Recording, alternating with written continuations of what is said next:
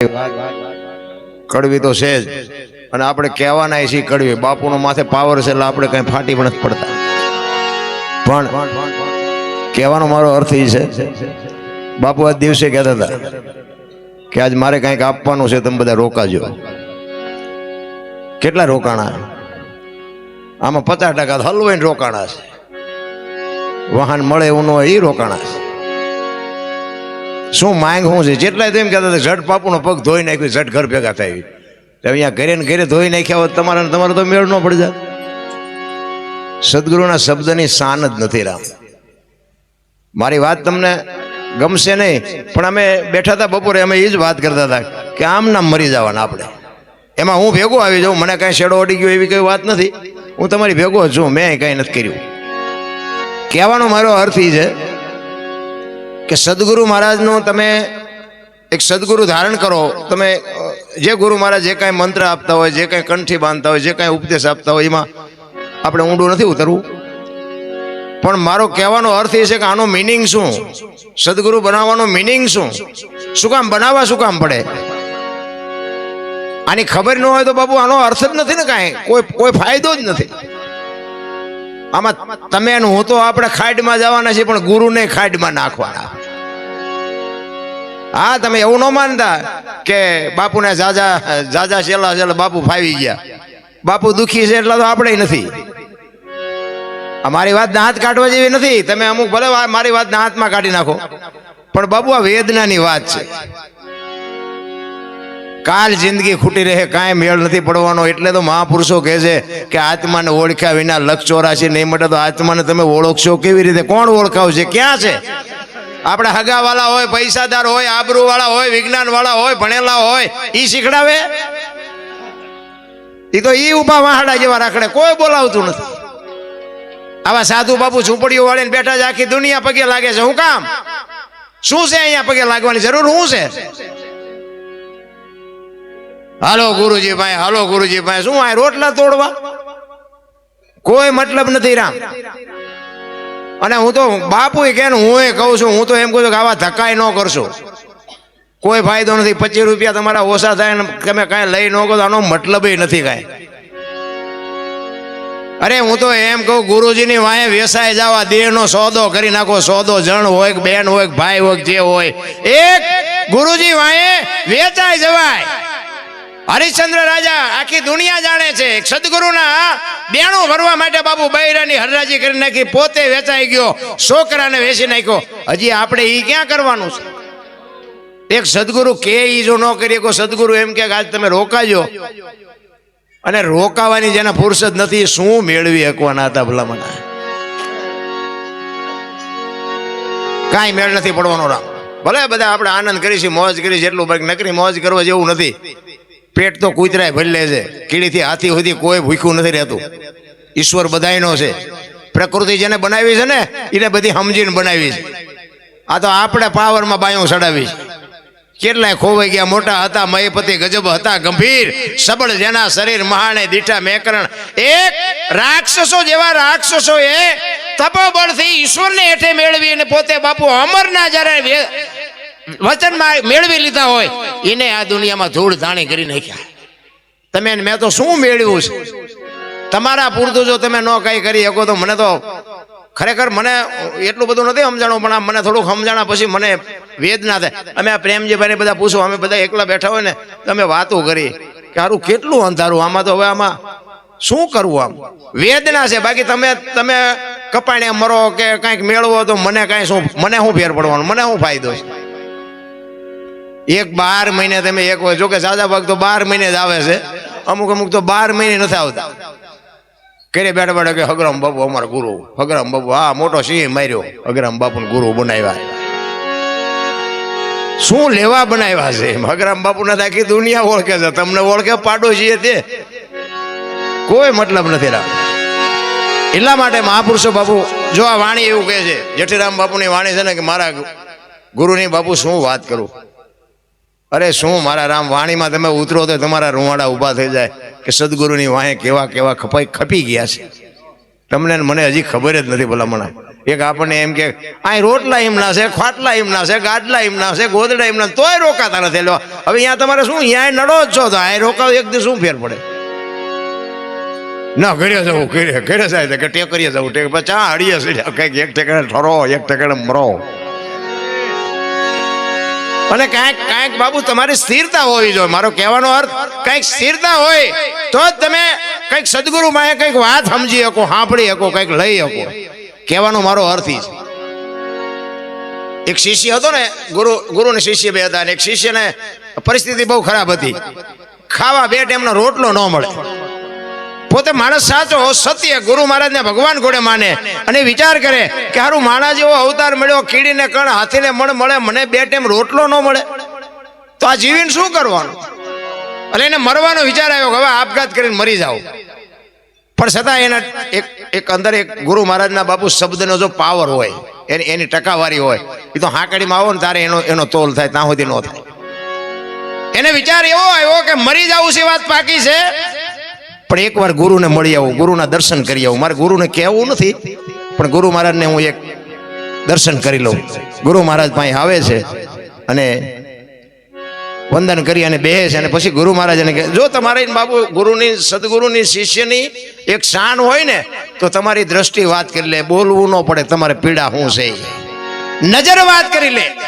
તમારો અને મારો જો ભાવ હોય, પ્રેમ હોય, તમે મારા ઘરે આવ્યો હોય તો તમારા મોઢા ઉપરથી મને ખબર પડી જાય કે આમને કંઈક પૈસાની જરૂર છે, કંઈક કામની જરૂર છે. આંખ વાત કરી લે, આંખ, જીભને બોલવું ન પડે.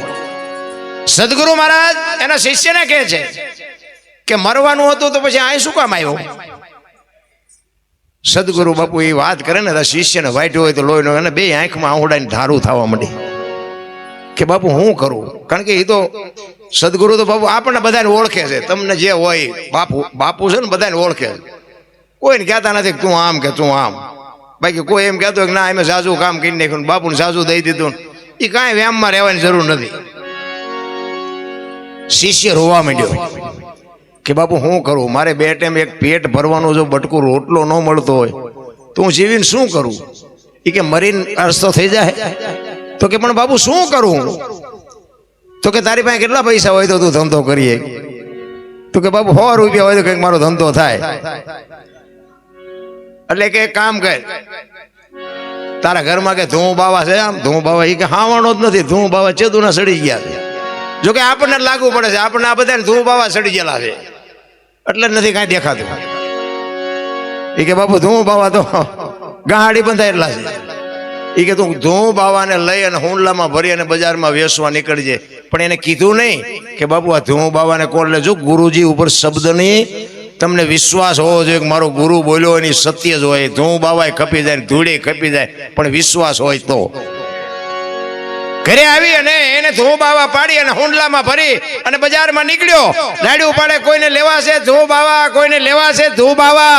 માણા દાંત કાઢે, કાન કઠાવાના માણા પૈસા દે, ના વેસવા નીકળ્યો, જાનું કોણ લે? પણ જો સત્યની બાબુ હંમેશા તોલ થાય. સત્ય હોય ને એ સામે ને સામે કંઈક સત્ય ઊભું જ હોય. એક ગામમાં નગર શેઠ રહેતા હતા ને, એ નગર શેઠને એવો ટેક હતી, એવો નિયમ હતો કે ગામમાં કોઈક ફેરીઓ આવે અને એની બોણી ન થઈ હોય તો મારે બોણી કરાવી, એ મારી ટેક છે. હવે ધૂમ બાવા ઓલો રાડું પાડતો પાડતો નીકળ્યો એટલે નગર શેઠ સમજી ગયા કે ધૂમ બાવા કોઈ લે નહીં અને આની બોણી થઈ ન હોય. બોલાયો એ કાંઈ શું વેચ? એ કે ધૂમ બાવા. તો કે ધૂમ બાવા લે કોઈ? કે મારા ગુરુએ કીધું છે, વેચવા નીકળ્યો છું, લે તો ઠીક છે, ન લે તો ઠીક છે. તો કે લઈ, તને ગુરુ ઉપર વિશ્વાસ છે? કે હા, મારા ગુરુએ કીધું છે કે તું વેચજે અને આમાં મને કંઈક મળશે 100%, આજ નહીં તો કાલ, 2 દી 5 દી પછી.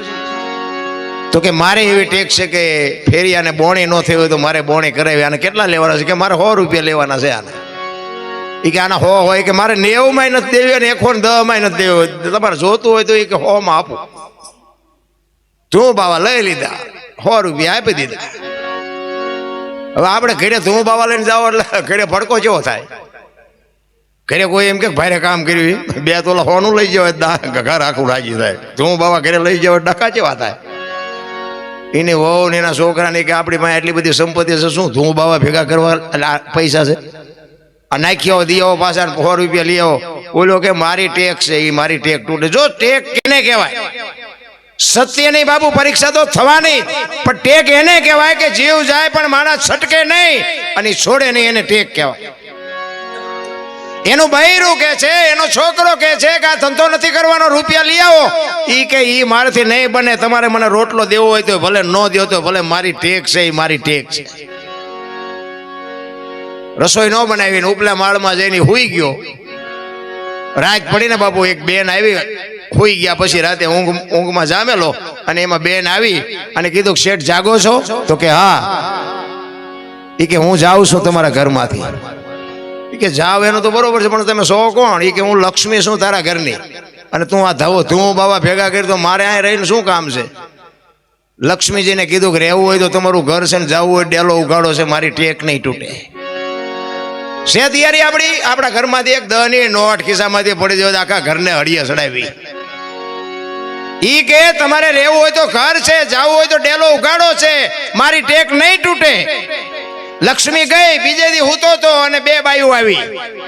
કીધું કે અમે જઈએ છીએ. કે કોણ છો? કે અમે રીધિન સીધી છીએ.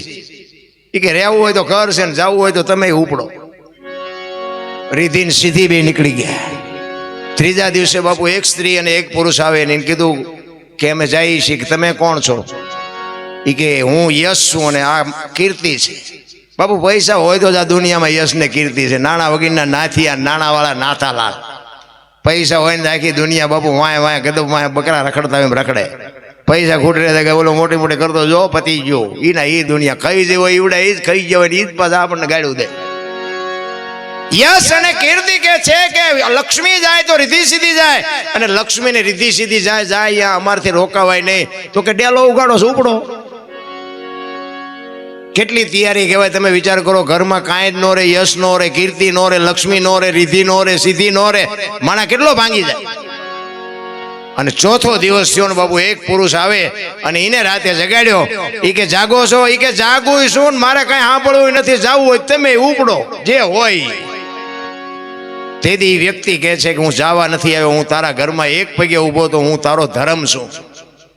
હું હવે અહીં પલોઠી વાળીને બેહવાનો છું. વિચાર કરજો, તમારો મારો ધર્મ શું છે? શું તમારો મારો ધર્મ છે? બાપુને પગે લાગી ગયા એટલે આપણો ધર્મ પડી ગયો? મા બાપને રોટલા દે કઈ બહુ મોટી વાત નથી. આપણા મા બાપને આપણે દેવા પડે, એ કઈ ધર્મ નથી. ધર્મ કઈક જુદું છે. ધર્મ જયારે અહીંયા પલોઠી વાળીને બેહી જાય પછી લક્ષ્મી ને રીધિ સીધી ને બધા રાહ જોવે કે આપણે બધા આવ્યા, પણ ધર્મ કેમ નો આવ્યા? 1 દી 2 દી 5 દિન બાપુ યશ ને કીર્તિ ને એમ થયું કે આપણે જવું પડે, ધર્મ આવ્યો નહીં. એ ગયા. એ કે ધર્મ ને પૂછ્યું. એ કે ભાઈ તમે જ્યાં જાઓ ત્યાં જાઓ, બાકી આની નેક ટેક ઉપર હું એને ફિદા થઈ ગયો છું, હું હવે અહીંથી ન જઈ શકું. યશ ને કીર્તિ ને આવવું પડ્યું, રીધિ સીધી ને આવવું પડ્યું, લક્ષ્મી ને આવવું પડ્યું. આ સદગુરુ મહારાજ નો શબ્દ, આ સદગુરુની ચોટ. સદગુરુ ને હું તમે હજી સમજી જ નથી ગયા. ભલા મને તો આજે મેં સાંભળ્યું, આ બાપુ કહેતા હતા કે આજ રોકાજો, આજ રોકાજો. કોઈ કાનમાં જ ન થઈ રહ્યું. આપણે એમ થાય, મને એમ થાય કે બાપુના લાખ લાખ રૂપિયાના વેણ આમ તો જોવા જાય, કોઈ હિસાબ નથી, કોઈ કિંમત નથી. રામ જિંદગીનો બાપુ ફેરો આપણો ફોગટવ્યો જાય. એક વેદનાની વાત છે. એક તમારું ચીજ ચોટ, એક 500 રૂપિયાની નોટનું બંડલ હોય ને આપણે ગણતા હોય તો આપણી સુરતા કેવી ચોટી જાય. એક નોટ આખી ભાઈ થાય, ખબર પડે. એકાદી જો ખોટી હોય જાય તો 500 નો ધુંબો લાગશે. એમાં આપણું ચિત્ત કેવું ચોંટી જાય. હું તમે બધા એમાં આવી જાય. મારો કહેવાનો એક 500 ની નોટ હોય કે 100 ની હોય કે 200 ની હોય, પણ બાપુ એ નોટનો ડટો હોય ને આપણે ગણતા હોય ત્યારે તમારી સુરતા કેવી હોય? તમારી સુરતા કેવી હોય? સ્થિર થઈ જઈ હોય. તમને કોઈ બોલે તો ન ગમે, કોઈ કંઈક તમને જવાબ, કોઈ પ્રશ્ન કર્યો તમે એનો જવાબ ન આપો. તો હું એમ કહું છું કે આમાં કેમ સુરતા ચોટતી નથી? પૈસાથી કઈ વળવાનું નથી ને વળે એવું આમાં છે, તો આમાં કોઈ ચોટતું નથી. જેવું ઊંધું જેવું હાલ્યું. નકર જેટલી જેટલી વાણી બની છે ને બાપુ, એના પ્રમાણ પડ્યા છે, એની વાતો પડી છે. હમણાં બાપુએ સાખી કીધી હતી ને કે ગુરુ ગોવિંદ દોનો ખડે કિસકો લાગુ પાય, બલિહારી જોવું મારા ગુરુદેવની જેને ગોવિંદ દિયો બતાય. એક ડુંગર કરીને ભરવાડ હતો. તેને કોઈક ઢોરા સારો ધંધો કરે, માલધારી તો એ જ કરે. તેને કોકે પકડાઈ દીધું. એ કે કોઈક સાધુ સંત પાસે જાય ને તો એ કે ભગવાન મળે.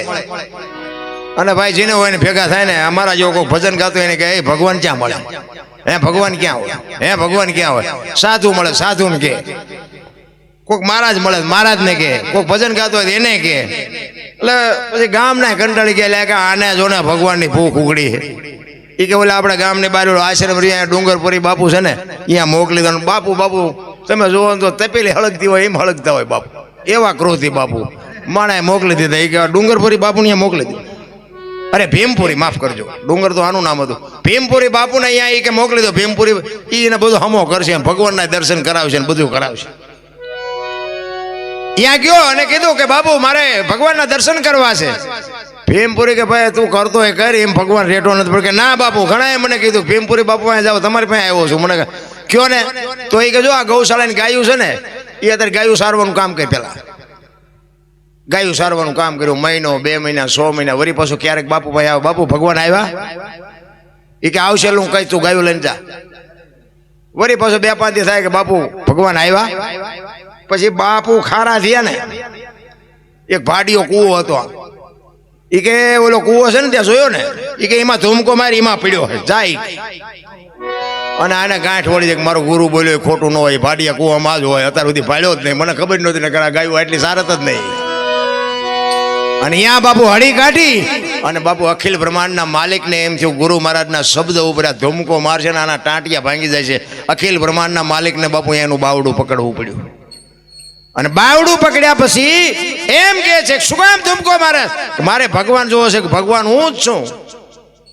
શંખ ચક્ર ગદા પદમ ધારણ કરી માથે મુગટ બુગટ અખિલ બ્રહ્માંડનો માલિક સામે ઊભો છે. એ કે હું પોતે જ ભગવાન છું. એ કે તમે ભગવાન છો એની ખાતરી શું? એ કે પણ આમ મારા સામે નજર કરીને હું કે જોતો નથી તને? એ કે અમારા ગામમાં ભવાયા રમે આના કરતા સારા લાગે. એમ નો માની લેવાય ને, એમ થોડું કહેવાનું હોય. તો એ કે હું મારા ગુરુને બોલાવું. કે તમે ભાગી જાઓ તો એ ઝાડવારે ભગવાનને બાંધે. અને બાપુ બંધાઈ ગયો છે, જેનો પ્રેમ છે ને એને મારો નાથ બંધાઈ ગયો છે ને કે ભગવાન બાંધ્યો રે. એ ભગવાનને ઝાડવાના થડા રે બાંધી અને ગુરુ મહારાજ પાસે હડી કાઢીને કીધું કે હે બાપુ ભગવાન આવ્યો, હાલો જોવા. ભગવાન તમને બોલાવે, મને ઓળખાણ કરાવો. એ કે હું ભગવાન છું, ભગવાન હોય કે ન હોય, તમે હાલો જાડ, તમે હાલો જાડ. અને બાપુને એમ તો ખરો છે ભોળ્યો, કઈ ભાડ્યું હોય પડી તો કે હોય. અરે કે બાથી આવ્યો છું, જાય જ્યાં. અને ખોટું હોય તો હમણાં 2 નાખું બાંગા. એ તો બાપુ ફરવાડ. અને આને એમ તો ખરો છે ભોળ્યો, કદાચ મેળ પડી ગયો હોય. અને અહીંયા આવ્યા ને અખિલ બ્રહ્માંડના માલિકને બાપુ ગુરુને દર્શન કરાવે. એ શિષ્ય કેવો હોય છે એટલે બાપુ ડુંગરને લખવું પડ્યું ગુરુ ને ગોવિંદ દોનો ખડે અને કેને લાગુ પાય. બલિહારી મારા ગુરુદેવની જેને ગોવિંદ દિયો બતાય. મારા ગુરુએ એમ ન કીધું હોત કે કુવામાં પડ્યું તો આ મને ભગવાન ચા મળવાનો હતો. મારા ગુરુના પ્રતાપે અખિલ બ્રહ્માંડનો માલિક મળ્યો. અને ગુરુ એમ કહે છે કે તારા જેવા ભોળિયા શિષ્ય જો ભક્તિ ન કરતા હોત તો તારા પ્રતાપે મને આના દર્શન થયા. એનું શું, કોના વખાણ કરવા? અરે હું તો એમ કહું બાપુ ગુરુ મહારાજને ધારણ કર્યા હોય તો ગુરુ મહારાજને કંઈક સમજી શકો. અને કાંઈક મને તો એમ થાય કે બાપુ એક ઘડી હાથી મેં આ સમય આપણો હાલ્યો જાય છે. એક સવારથી સાંજ સુધીમાં એક દી તમારો ગયો સમજી લેજો. કારણ કે આપણી તારીખ નક્કી છે, આપણે તારીખ કોઈ હાલ્યા જાય છે, તારીખ નથી હાલતી. એ તો એક દી આવીને ઊભી રહેવાની. તેથી રોતા નથી આવડવાનું. જેટલું કરશો એટલું જ તમને ઉપયોગમાં આવવાનું છે. અને હું કરું એ મને ઉપયોગ આવે ને તમે કરો એ તમને ઉપયોગ આવે, એમાં કોઈ ભાગ ન પડાવે. એટલા માટે કહું છું આવી ગુરુ પૂર્ણિમાના તહેવારમાં બાપુ ગુરુ મહારાજ પાસે જો તમે કાંઈ તમારી વેદનાની વાત ન કરો, તમારી વાતને તમે કાંઈ સમજવાની તૈયારી ન કરો તો મને એમ થાય કે નકરા અંગોઠા ધોયે કાંઈ વળે નહીં. આ મારા જેવું સાચું તમને કોઈ નહીં કહે. એટલે બાપુ દાસી જીવણ રોતો કહે છે કે મારી જે વેદના છે ને એ તો 18 વર્ષની દીકરી જ્યાં સુધી બાપે લગ્ન ન કર્યા હોય એને એના ધણીનો પ્રેમ કેટલો છે એને કેમ ખબર પડે? પણ લગ્ન કરીને દીકરી જાય અને એના હાહરિયામાંથી બાપના ઘરે જેથી આંટો દેવા આવે અને એ ધણીએ કીધું કે 8 દી પછી આવતી રહેજે. એ 8 દી વ્યા જાય ને પછી 9મો દી ઉગે ને અને પછી જે પીયુને મળવાની વેદના એ દીકરીને હોય ને એટલી મને આ વેદના થાય છે. બાપુ દાસી જીવણે શું બાપુ વાણી બનાવી છે. એક રામાયણનું અદ્ભુત પાત્ર તમે વિચાર કરજો કે ભીલની દીકરી સબરી, કોઈ વેદનું શાસ્ત્રનું કોઈ જ્ઞાન નહોતું. મારા રામ તમે જોવો તો ખરા, ગુરુ મહારાજ એમ કે બેહીજા બેટા અહીં વહેલો મોડો રામ આવશે, અને એક જ શબ્દ પકડીને બાપુ એને આખી જિંદગી ખતમ કરી નાખી. તમારા ને મારા કોઈના હગા નથી થતા સબરી કે કઈ, શું કામ આપણે યાદ કરવા પડે? જિંદગી બાપુ એમાં ખપાવી દીધી આખી. આપણે એક દી રોકાવાનો ટાઈમ નથી. બોલો, આખો દી રાહ જોવે સબરી, હમણાં આવશે, હાંજ પડે કે આજનો આવ્યો કઈ નહીં કાલે આવશે.